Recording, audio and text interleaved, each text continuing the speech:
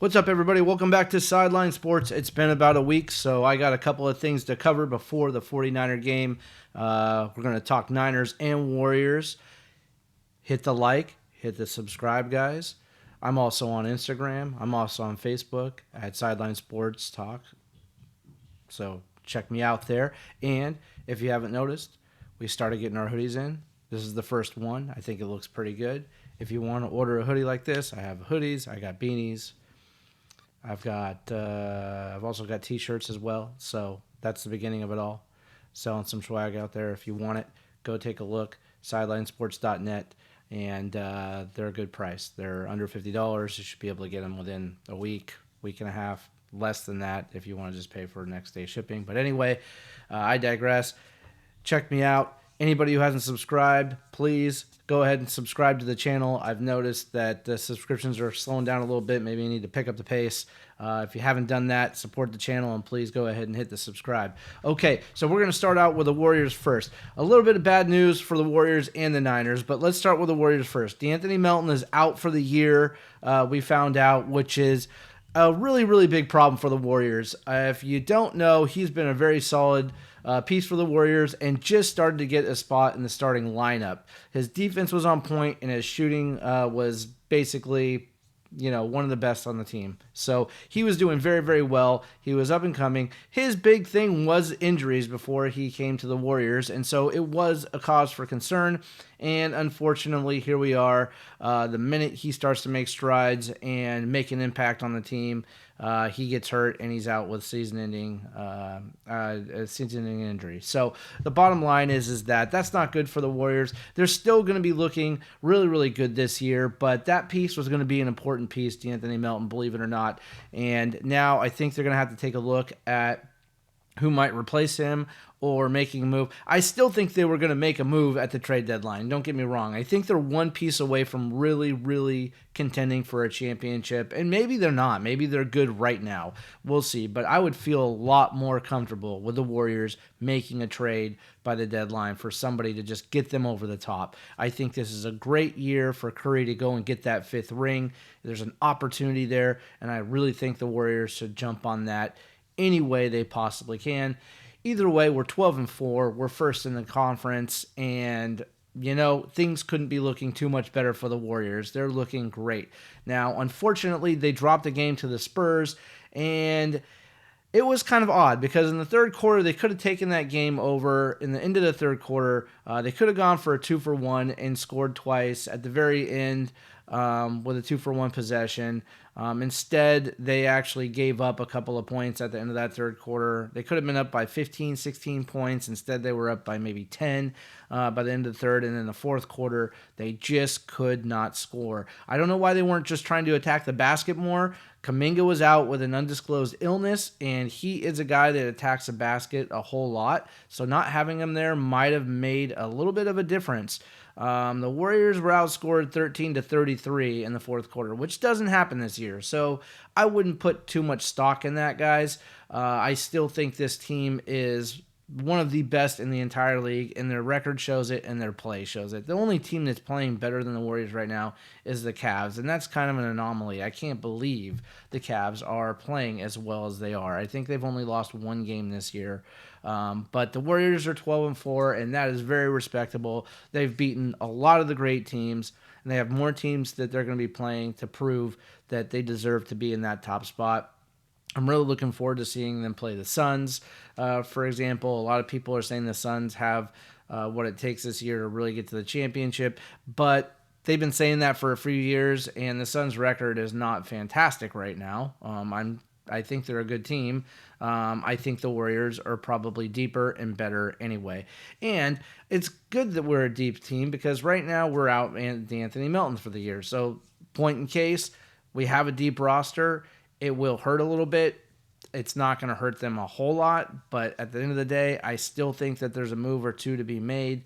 I think just one move to be made.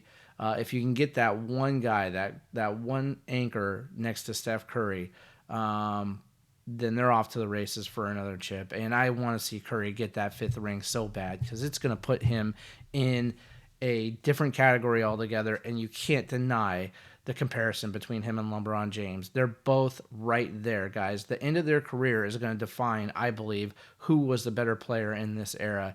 And I think Curry's got a lot more left in the tank, and I think he could walk away with one or two more rings than LeBron James. And even though LeBron James has more points over his career, I don't see why Curry doesn't at least have an opportunity to pass that.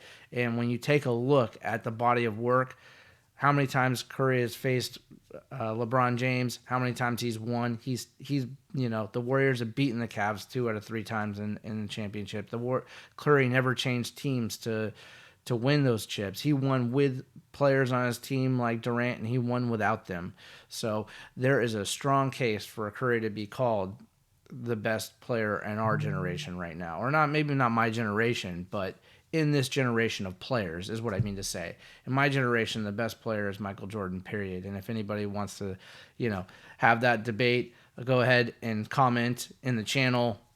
I'll talk with you all day about why Michael Jordan was better than anybody I've seen since then. The only close second would be maybe Kobe Bryant, but I watched Kobe Bryant play, and he wasn't on Michael Jordan's level. He had the killer instinct like Michael Jordan, but he didn't have the close.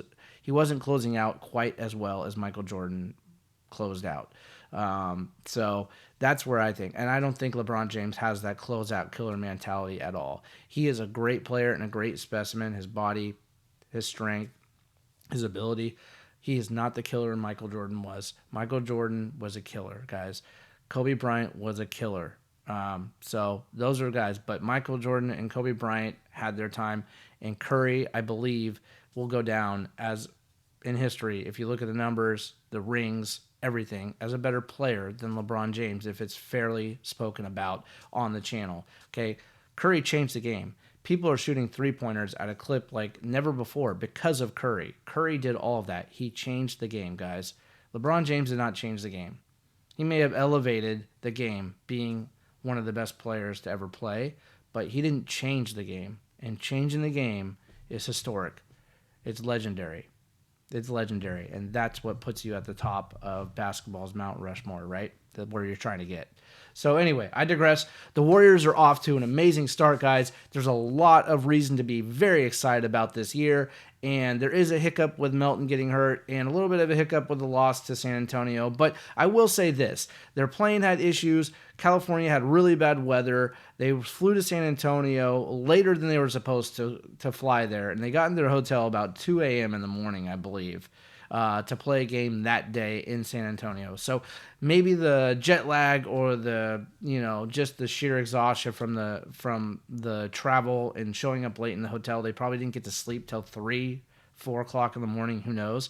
So there's a lot of that going on. So that loss, again, not making excuses, but if you were going to make an excuse, that's a pretty damn good one, right? So, guys, the Warriors are, going to bounce back. We're going to win the next one. I have a feeling everything looks good. And like I said, I think they can win the championship with this roster right now.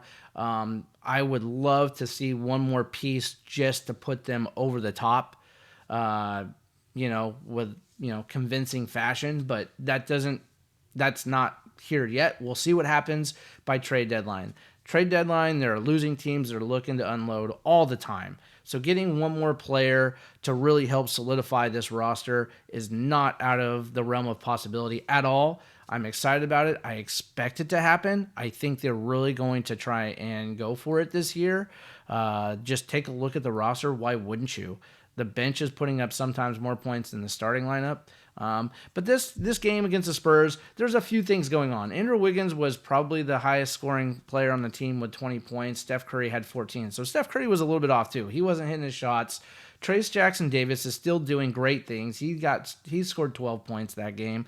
I think Trace Jackson Davis could really step up and be more of a contributor with Melton out. There's a space there to be filled, a void to be filled. Who's going to fill it? I don't know. Buddy Hield is also a name that I think obviously has been playing lights out this year.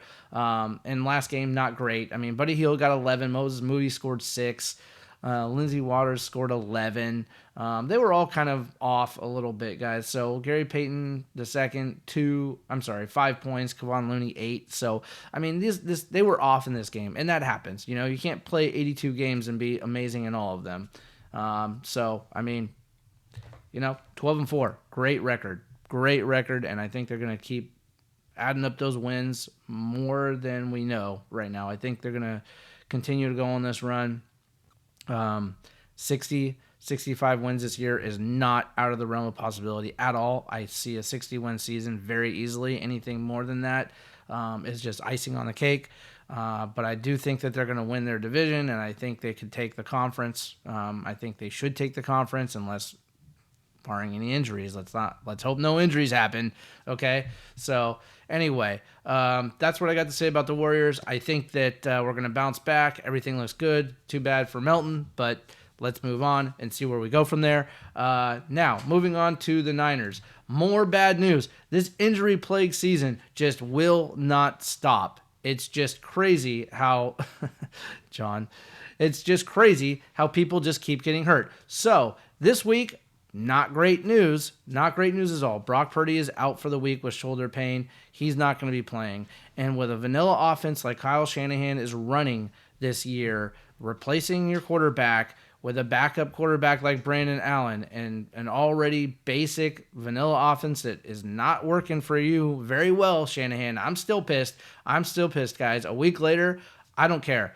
I still feel the same way I felt a week ago. I don't think that Kyle Shanahan's coaching is conducive to this team anymore. He may be losing the locker room, and hey, buddy, he may be losing the locker room, right? I think he kind of is a little bit, not 100%, but I think it's going that way.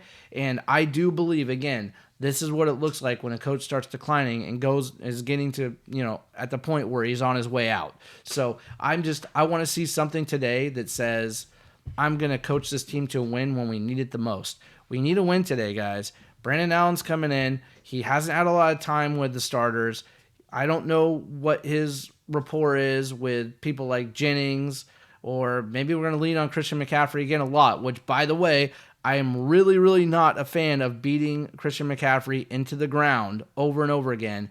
I am looking for a lot of Isaac Guerendo, Mason, and McCaffrey to get into that game together and get a balanced offense run game going in that way. Debo's got to step up a little bit. Luckily, Kittle's feeling better. He's back. He's good to go. So we'll see Kittle in this game. I would say we need to lean on Kittle heavily. We have done that a couple games in the past, and basically it worked out. Can't forget, Kittle is a beast. You give him the ball, he will go 5, 10, 15 yards with 2 or 3 guys hanging on him if you let him. Can't forget about that guy. I don't know what's up with Shanahan and his play calling, but this is a statement game where you're either going to shit the bed and go to sleep, or you're going to say, I can arise out of the ashes of this crap, and we're going to win. Okay? This is a statement game for the Niners. This is a gut check, guys. This is a freaking gut check right now. Okay? Is this team tough, or is this team going to piss down their leg like they've been doing and just walk away and call this a season? I am on the side closer to this season is basically a wash because of all the bad things that happened. Okay, it's not just Shanahan's play calling, although that's a huge contributor to why we are where we are. The injuries just will not stop. And I have been seeing this for years for the Niners. I don't understand if it's the training staff. I don't understand what the workout routine is, what's going on there. But the Niners are not physically prepared to get in the game and last an entire season, game after game after game. I don't know why. I can't figure it out. I really can't, guys. I'm leaning towards the staffing, I guess. Maybe the training camp routine, whatever. Did they take it light this year? Maybe they did.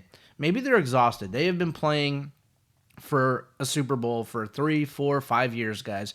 So they just might be at the point where they are run down. And who would blame them? Who could last that long trying to go for a Super Bowl with the pressure every single year, right? So there's that. But I digress. These players are still, right? They're still at the top of their game, most of them. There is no reason for Shanahan's play calling to not be able to supplement these players' abilities. These players have the ability to take this team a long way, all the way. The problem is, if you don't utilize the players to their skills, their skill set, then they're not going to give you the best, right? They're not going to give you the best they can be if they're not comfortable with being who they are. They have to be able to play to their strengths. I think Shanahan is getting away from that a little bit. More than a little bit. More than a little bit. Now, I mean, if I'm wrong and he proves that this team, he coaches his team, puts it on his back, and puts his team on his back and goes and gets this team to the playoffs and we get, reignited, then fine. That's great. I want to see that. I do not see that from Shanahan because it's not just a one-season thing. It's multiple seasons of just issues, okay? Shanahan is hard-headed and does not adapt to the game. He wants the game to adapt to him, okay? That's the best way to put it. He wants the game to adapt to him. We got Bosa out too, by the way, guys. Bosa is out this game, which means one thing. That defensive line is going to be even shittier than it was before. It wasn't that great with him. It's going to be pretty bad without him. Look what happened when he went out in the fourth quarter against Seattle, guys. Seattle tore us apart in the last drive and won the game. There's no pressure on the quarterback, right? Without Bosa, nobody is worried about the Niners' defensive line. They can sit back there and throw the ball wherever they want, and they know it.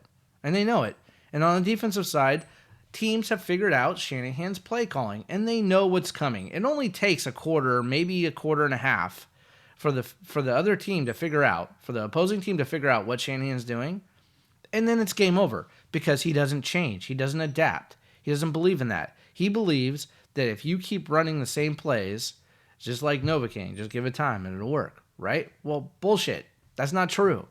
When they figure out what you're doing,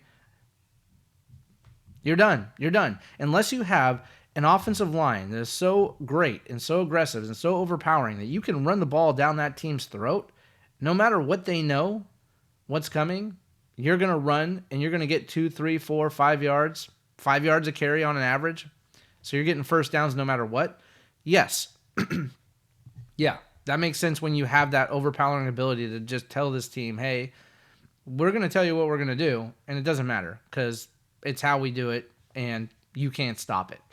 That's not this team this year, guys. Now, I will say the offensive line is really, really good this year. Much better than I thought. When I started talking about the Niners in the preseason, my biggest concern was the offensive line, and that has shifted to the defensive line.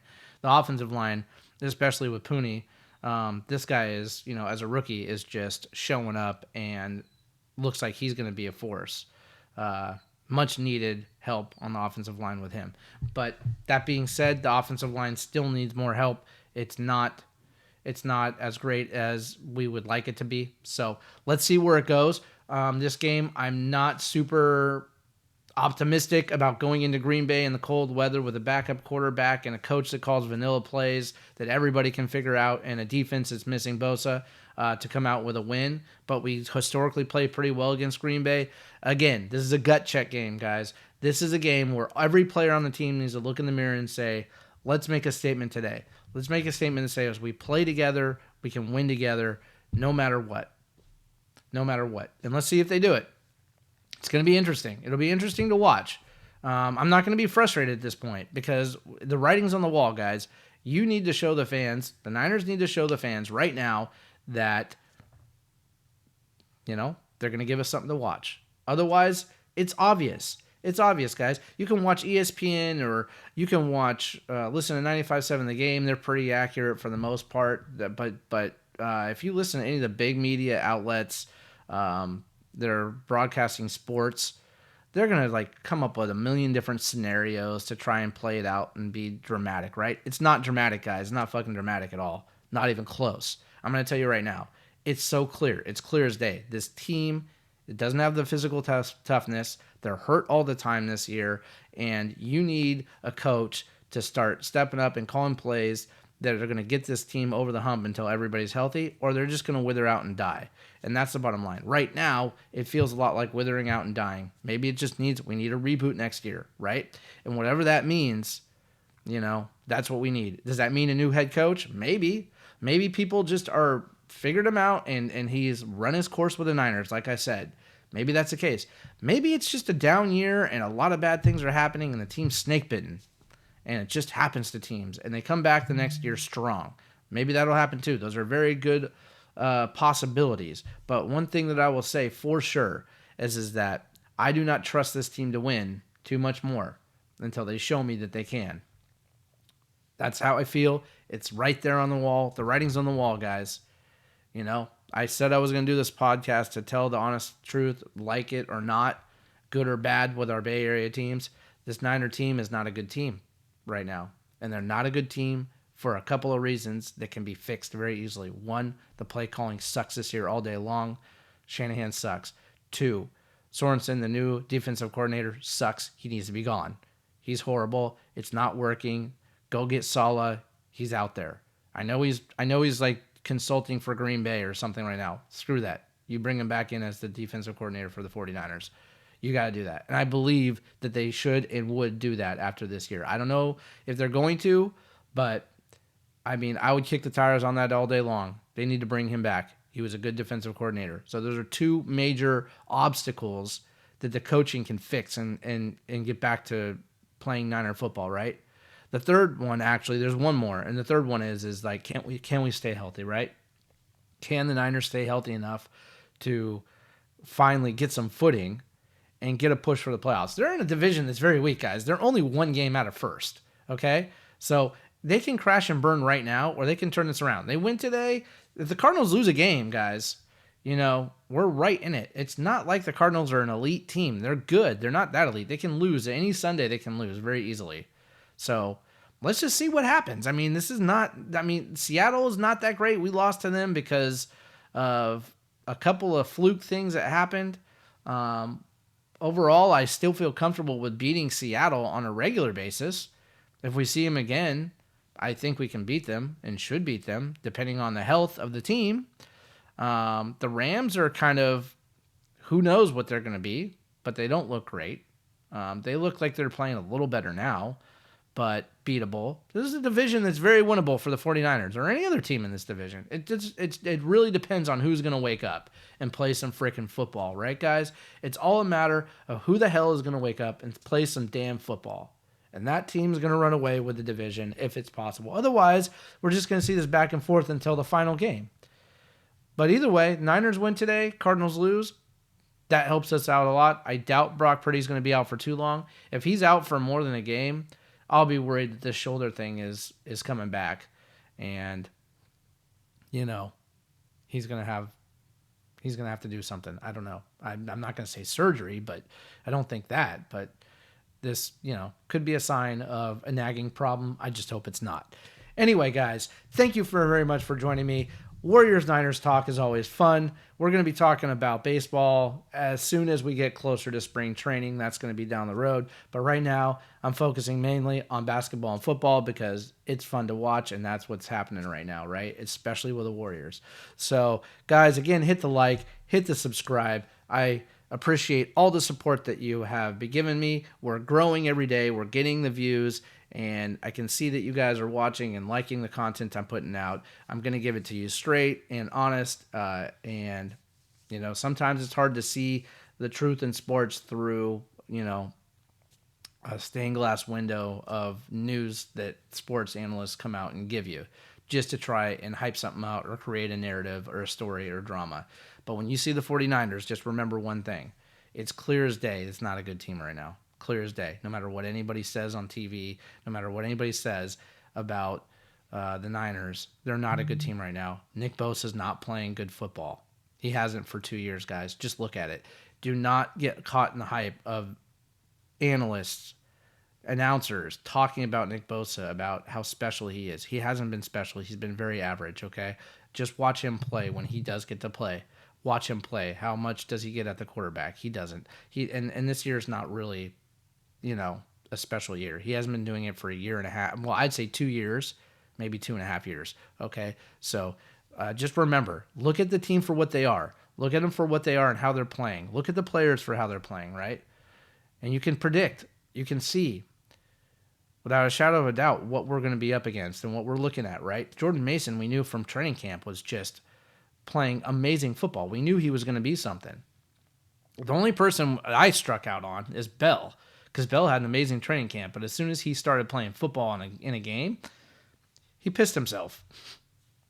Couldn't catch a ball. Couldn't catch a ball. I guess the moment's too big. I don't know with that guy. I don't want to see him on the field ever again. And every time I see Shanahan put that dude on the field, I'm baffled. I start scratching my head. I don't get that. I don't get him being on the field at all. I wouldn't want him on the team. I'd cut him and bring somebody up, or pick somebody up. That's what I would do. So anyway, just remember, I'm on Instagram, guys. I have been. So if you want to check me out there, check me out on Instagram at Sideline Bay Area Sports. Check me out on Facebook. Okay, I'm gonna start doing the converting the podcast over to radio. So we'll take a look at being on Spotify pretty soon. We're growing. I'm gonna get a couple of guests coming in pretty soon, guys. I'm working on some people right now that you might know, ex-NFL players maybe. So let's see what we can do with that. I'm working on that. In the meantime, enjoy the podcast. Enjoy the Niners today. Let's hope that after the Niner game, we're talking about something special. I will probably do that podcast tomorrow. Maybe this evening. We'll see how it goes. But overall, just remember, hard work beats talent when talent don't work, guys. And we need to see Niners go to work. See you in the next one.